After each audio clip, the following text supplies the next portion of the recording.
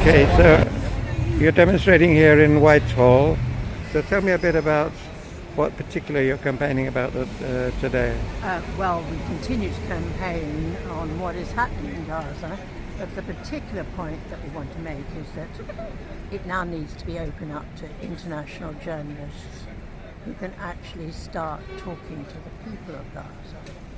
We've had a lot of film material and drones, and we know what the ghastly situation it is there, but it's the people that we want to really find out from, how they are surviving now when the world's attention has somewhat gone away from them after the agreement, but they are still living in destitute. So that is the thing that we're really asking for now, that it be opened up, that there be accountability, particularly because there hasn't been anything for the last years throughout the whole situation in Gaza. And it is something that is not being talked about within the agreement that was made. When the journalists are going to go in there and be able to tell us exactly what is the situation now. But do you think, even if they let the journalists in, do you think the paper's going to print it? I think if you've got a really flood of journalists, of independent journalists across the world going in there, I think you will get much more coverage.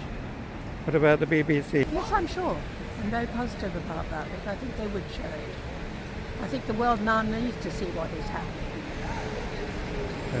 I hope you're right, but first of all, they've got to let the people in. Yes, absolutely.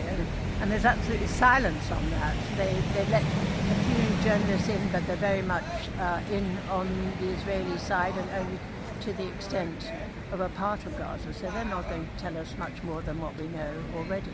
Yeah. So it is the opening up now of, and it's only when they open up that they will have people asking the questions and really starting to see the issues that these people in Gaza want to be put onto the international platform now. Sure. What about New York? Do you think what happened there now is going to change things anyway here? Well, I'm sure there will be some changes. I think certainly that even in America there seems to be some changes going on, and that's obviously to be beneficial for the world political order overall. But in terms of the situation in Gaza, Trump obviously still holds many of the strings to make the future. Tell me a bit about what you're displaying here now. So, what specific these? Well, the building blocks. What we're doing is these are showing the devastation. If you look at them very closely, they show the devastation of what is happening in Gaza. And then we continue to ask the questions. You know, people are going to try and find their homes. They're going to try and find food.